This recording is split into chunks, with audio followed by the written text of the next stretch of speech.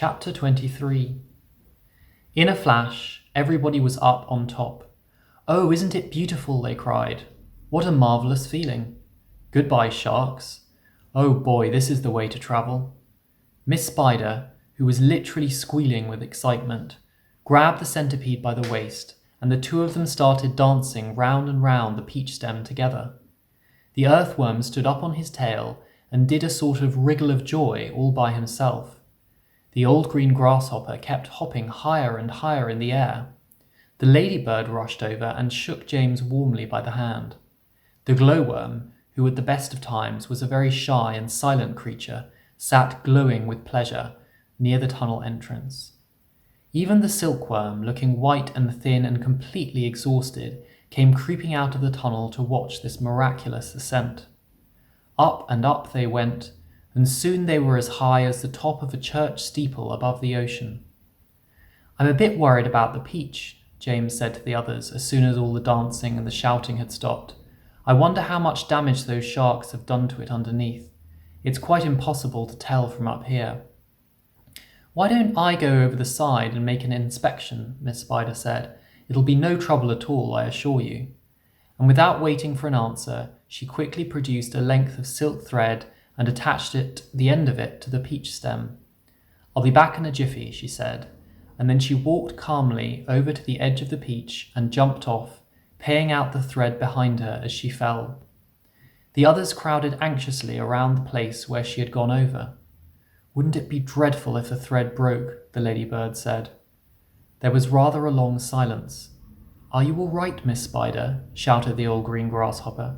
"Yes, thank you," her voice answered from below. "I'm coming up now." And up she came, climbing foot over foot up the silk thread, and at the same time tucking the thread back cleverly into her body as she climbed past it. "Is it awful?" they asked her. "Is it all eaten away? Are there great holes in it everywhere?" Miss Spider clambered back onto the deck, with a pleased but also rather puzzled look on her face. "You won't believe this," she said, "but there's actually hardly any damage down there at all. The peach is almost untouched. There are a few tiny pieces out of it here and there, but nothing more." "You must be mistaken," James told her. "Of course she's mistaken," the centipede said. "I promise you I'm not," Miss Spider answered. "But there were hundreds of sharks around us. They churned the water into a froth. We saw their great mouths opening and shutting." "I don't care what you saw," Miss Spider answered. "They certainly didn't do much damage to the peach." "Then why did we start sinking?" the centipede asked. "Perhaps we didn't start sinking," the old green grasshopper suggested.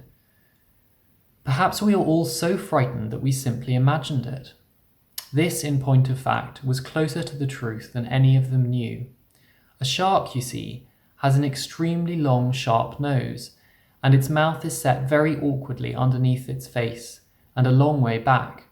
This makes it more or less impossible for it to get its teeth into a vast, smooth, curving surface such as the side of a peach. Even if the creature turns onto its back, it still can't do it because the nose always gets in the way. If you've ever seen a small dog trying to get its teeth into an enormous ball, then you'll be able to imagine roughly how it was with the sharks and the peach. "It must have been some kind of magic," the ladybird said. "The holes must have healed up by themselves." "Oh look, there's a ship below us," shouted James. Everybody rushed to the side and peered over. None of them had ever seen a ship before. "It looks like a big one. It's got 3 funnels. You can even see the people on the decks.